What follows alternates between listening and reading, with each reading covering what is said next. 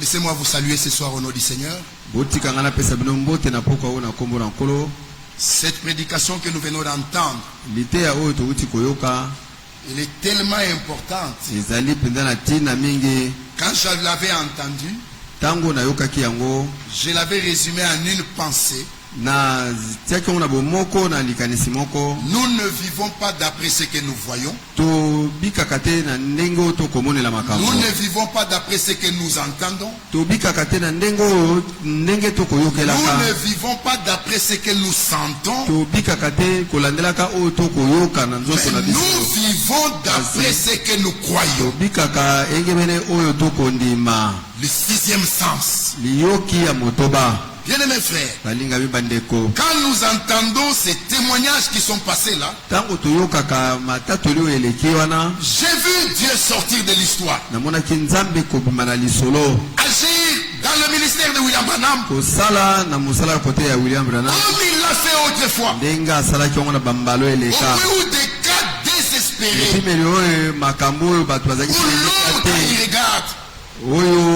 quand l'homme regarde, on l'a entendu là, le médecin peut dire, moi j'ai fait ce que je pouvais faire.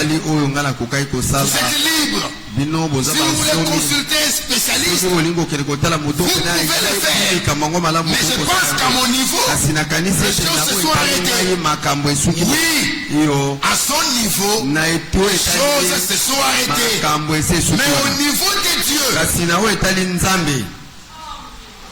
tant qu'il n'a pas encore clôturé, les choses ne se sont pas encore arrêtées. Alléluia. Bien-aimés frères, quelques petits cas pour nous amener à prier. L'écriture dit d'Abraham qu'il ne considéra pas que son corps était déjà usé. Vrai ou faux? C'est-à-dire le corps d'Abraham véhiculait un message contraire à celui qui véhiculait le cœur croyant d'Abraham. Il y avait deux messages. Il y a le message que le corps véhiculait, et il y a le message que le cœur. Par rapport au corps, Abraham était vieux. Il connaissait mieux que quiconque. Et sa vigueur était depuis des années. Mais il ne considéra pas. C'est-à-dire qu'il n'accorde pas de l'importance au message que véhiculait son corps. Il eut la ferme confiance, la ferme conviction. Et quand Dieu promet, c'est qu'il est aussi capable d'accomplir. Alléluia. Frère bien-aimé, c'est comme ça que tout le comportement d'Abraham était motivé par cette attitude. Ce regard vers l'invisible. C'est le sixième sens. C'est comme il pouvait dire à ses ouvriers, à ses esclaves, restez au bas de la montagne. Je monte avec l'enfant pour adorer. Et nous reviendrons. Car Dieu lui avait déjà dit, par Isaac, il aura une postérité. Donc, dans la foi, cette parole ne devait pas tomber. Quand Dieu dit une chose, même si je ne la remarque pas encore, puisque c'est Dieu qui le dit, je sais que c'est comme ça. La guérison, c'est le pas quand on la sent, c'est quand on la croit. Dites amen. Frère, le jour où l'épouse entrera dans ses droits, la terre va bouger. Alléluia. Frère, Je disais à des frères hier, je crois, je ne sais plus quel jour, que cette prédication m'a ramené à la prédication de frère Branham intitulée Regardant vers l'invisible. Il prend Noé. Il prend Abraham. Tu peux comprendre que Dieu dit à Noé, et tous les paramètres étaient contraires à l'information que Dieu venait de donner. D'abord, il n'avait jamais plu sur la terre. Ensuite, un chantier naval, on les met à côté de l'eau. Quand on aura fini de faire le bateau, on le pousse et il flotte. Mais ce jour-là, Dieu lui dit, Noé, ton chantier naval,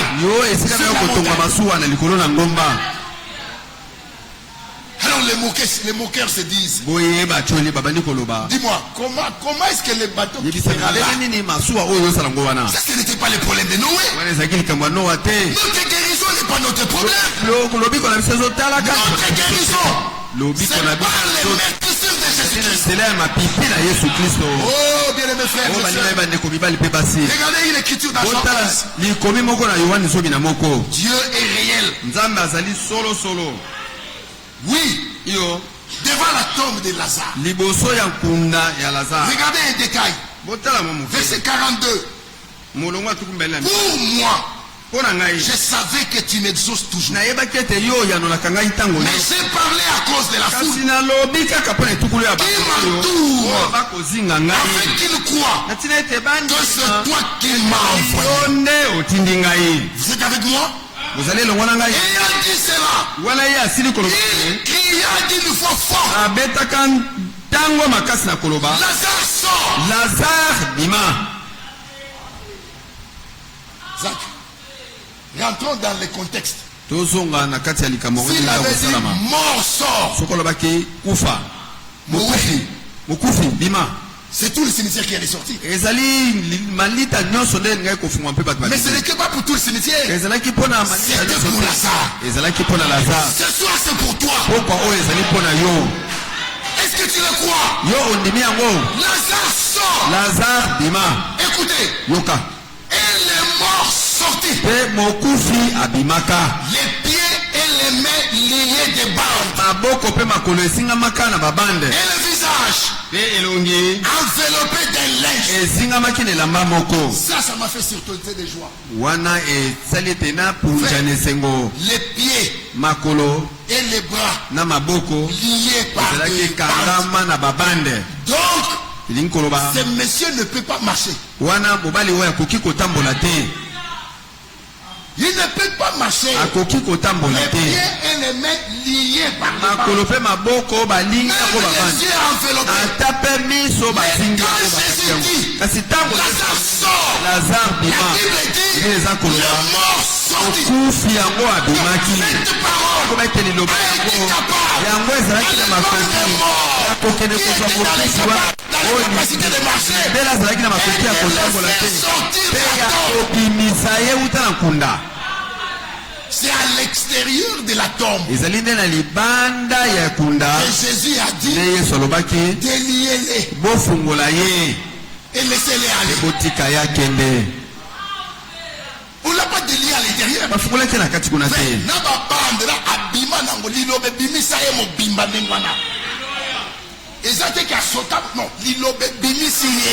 Amen. Alléluia. C'est Dieu est capable de tout. C'est Dieu qui pouvait prendre Israël dans le désert et le prendre à sa charge. Et l'écriture, aucun pied n'était enflé. Aucun vêtement n'était usé. Dans le désert, il n'y avait ni cordonnier, ni magasin de vêtements. Les hommes ont grandi avec les vêtements. C'est lui qui est sorti à 5 ans. Il est entré à 45 ans. Avec le même vêtement. Je ne sais pas si vous comprenez à qui vous avez affaire. Un jour, j'ai passé à Naïn. Venant de Nazareth avec Frère Franck. Et j'ai pensé à l'histoire de la veuve de Naïn. Le fils de la veuve de Naïn. On allait enterrer. Et personne n'a fait les calculs. Il y aurait un événement. Mais le cortège de la mort a croisé le cortège de la vie. La solution c'était laquelle? Le mort est ressuscité. Père bien-aimé, laissez-moi vous rendre deux témoignages. Que Dieu sorte de l'histoire, qu'il agisse avec toi. Que le malade soit guéri. Que nos réunions soient encore bibliques. De la réunion, que chacun tire profit. Frère, ne nous contentons plus de la maladie. Bon, il a été malade. Et comme nous sommes habitués comme ça. Jésus a rencontré un aveugle. Il lui impose les mains. Quand il enlève les mains, on demande, est-ce que tu vois? L'homme dit, je vois des hommes comme des ombres. Comme des arbres qui marchent. Jésus a compris que le travail n'était pas encore fini. Si c'était un homme, il pouvait dire, bon, vous avez vu qu'il a évolué un peu. Non, le travail n'est pas fini. Jésus a encore imposé le nom. Et quand il a enlevé, il demande à l'homme, je vois distinctement que ce qui n'a pas terminé chez toi, il le termine. Si tu le désires, dis amen. Ne te contente plus d'une demi-solution. Est-ce que c'est le problème des enfants? Est-ce que c'est le problème des maisons? Est-ce que c'est le problème du travail? Partout avec une pensée, rien n'est impossible à Dieu. Alléluia. Frère, et pas un moutambongo visite de courtoisie. Si tu es un frère ministre, et on n'y va pas pour une visite de courtoisie, c'est pour un intérêt. Zacharie, où sont les serviettes? Même si tu dis, tonton, oncle, je viens juste pour te voir. Ah, tonton, cette visite-là a un intérêt. Même quand tu dépenses ton transport, jusqu'à Mboudi, c'est puisque tu sais que ce qu'on te donnera te permettra de récupérer la de payer le retour et d'avoir une marge en poche. Vrai ou faux? Ah oui, moi je viens ici par intérêt. Moi, pour chaque culte, pour l'intérêt. Qu'il me guérisse, qu'il me bénisse, qu'il m'exauce, qu'il me soutienne.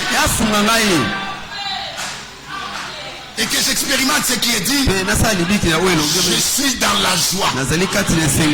Lorsque l'on me dit, cette affaire n'est pas lié à l'état dans lequel je suis en venant. Tu dis à un soulard, allons boire.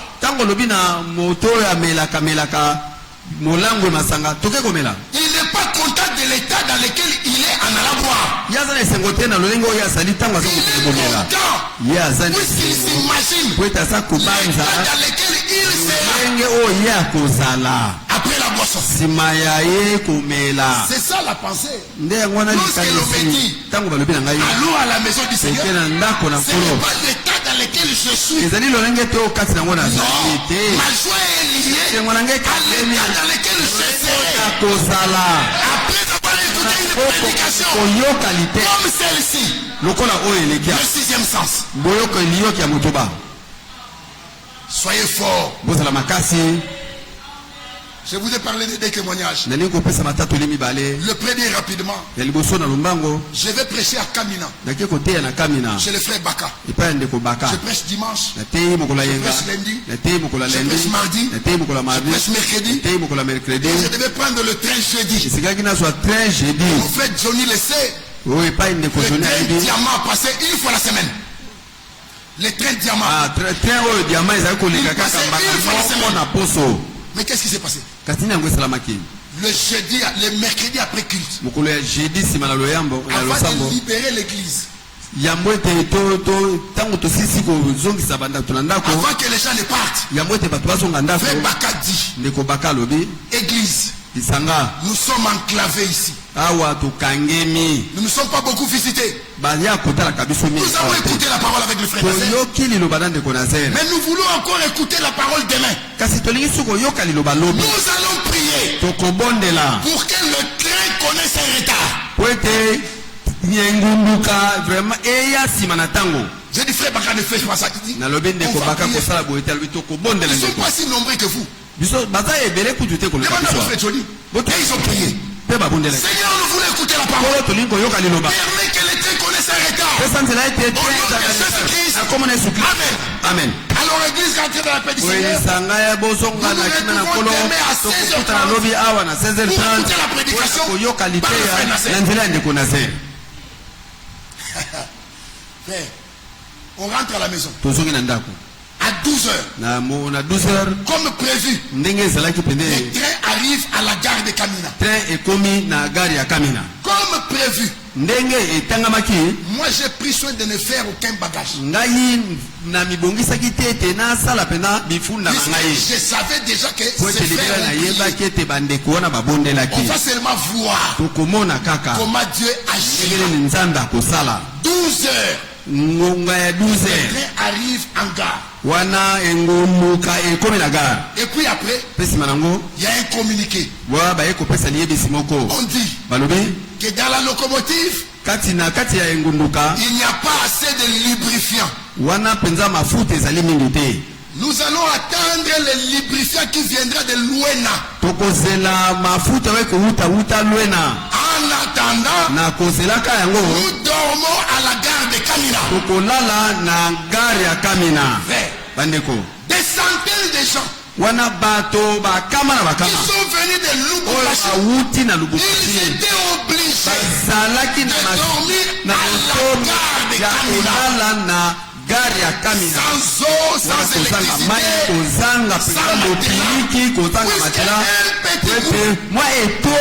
avait prié en disant Seigneur, que le train connaisse un retard.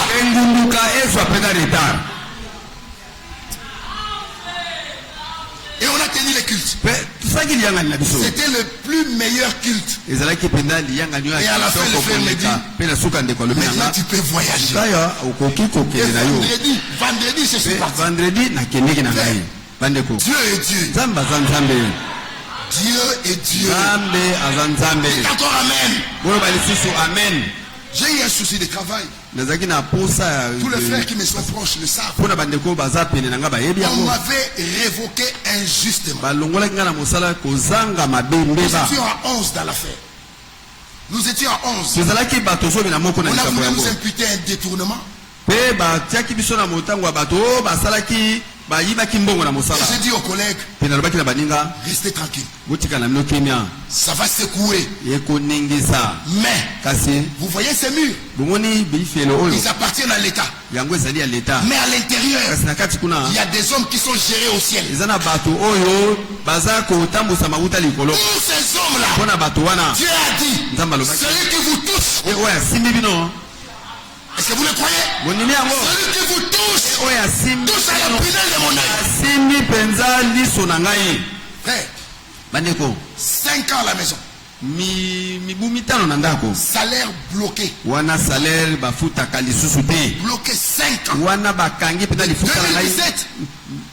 De 2017 à 2022. Les collègues ont craqué. Les collègues ont craqué.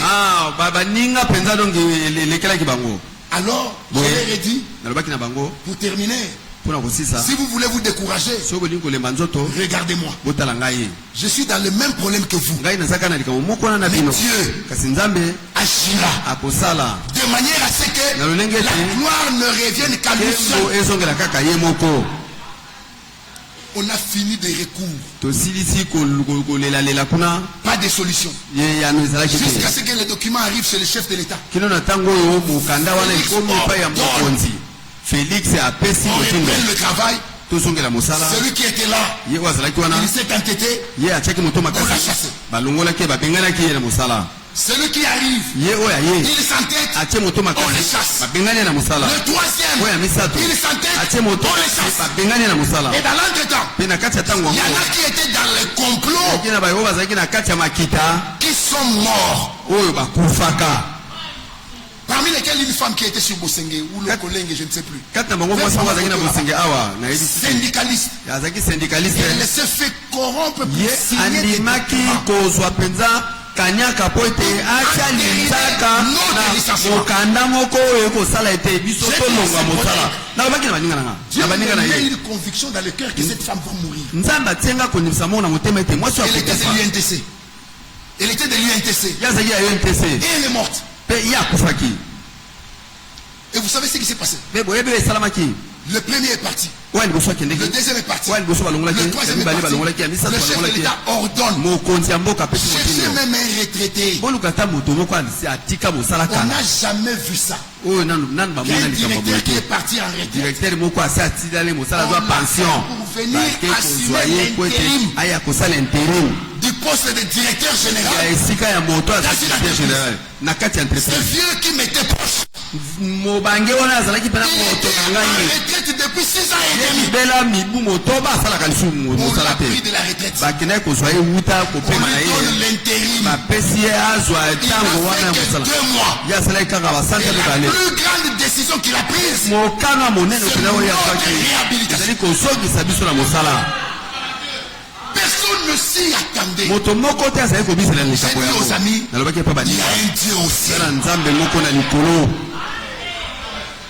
Alors, ma collègue qui était DRH, son bureau était le dernier que j'avais quitté. Quand j'ai signé le PV d'audition, et je lui ai dit,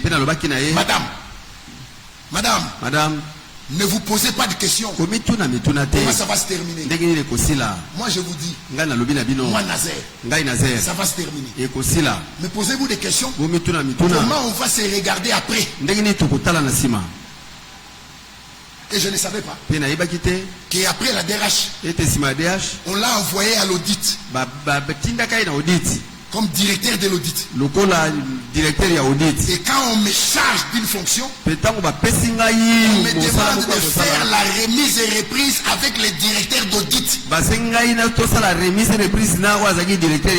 le bureau que j'occupe aujourd'hui, c'est celui qu'elle a occupé. Les véhicules de fonction que j'ai là, c'est le véhicule qu'elle a utilisé. Comme le dit l'écriture, là où on t'a humilié, celle-ci sera là. Ne doutez pas de Dieu. Et en 5 ans, nous n'avons pas manqué à manger. Chaque jour, Dieu utilisait même des corbeaux. Où tu peux te réveiller, tu n'as rien. J'ai un petit lien ici. Un jour, je sors de la maison, je n'avais rien. J'entre un peu en ville. Si je trouve une solution, c'est ça. J'arrive devant Saint-Luc. Une fille. Une sœur âgée de l'Assemblée de Paris. Elle m'appelle. Elle me dit, frère Nazaire, on a appris le problème du travail. Tous les enfants se sont cotisés ici. S'il te plaît, si tu peux aller à Western, venons de t'envoyer $420. Alors que je n'ai rien laissé à la maison. Je suis descendu en ville pour chercher une solution. Dieu avait déjà préparé la solution. Bien mes frères, bien mes sœurs, que Dieu t'exauce. Plus question de s'agiter. Active le sixième sens. Que Dieu sorte de l'histoire. Et qu'aujourd'hui, ce soir même, ton problème à toi, il est peut-être plus grand que le mien. Rien n'est impossible à Dieu. Si vous le croyez, dites Amen. Alors, oui. Si Dieu ne peut faire que ce qu'un homme peut faire, en quoi il est Dieu? Les médecins regardent et disent cherchez un autre. Non, Dieu. Qu'ils disent chercher un autre. Non. Et il a tellement agi dans la diversité. Il y a des lépreux à qui il a imposé les mains. Il y a d'autres qui n'ont même pas touché. Il leur dit, allez vous faire voir chez les sacrificateurs. Pendant qu'il partait, s'il y a un problème à la maison, Dieu est capable de précéder la solution. Aujourd'hui là, la solution. Pendant que tu parles, la solution te précède. Alléluia. Amen. Jésus-Christ est le même. Hier. Dites Amen. Aujourd'hui. Dites Amen. Et éternellement. Que la grâce de Dieu soit avec vous. Au nom de Jésus-Christ. Amen. Que Dieu vous bénisse. Mon frère Johnny, s'il te plaît.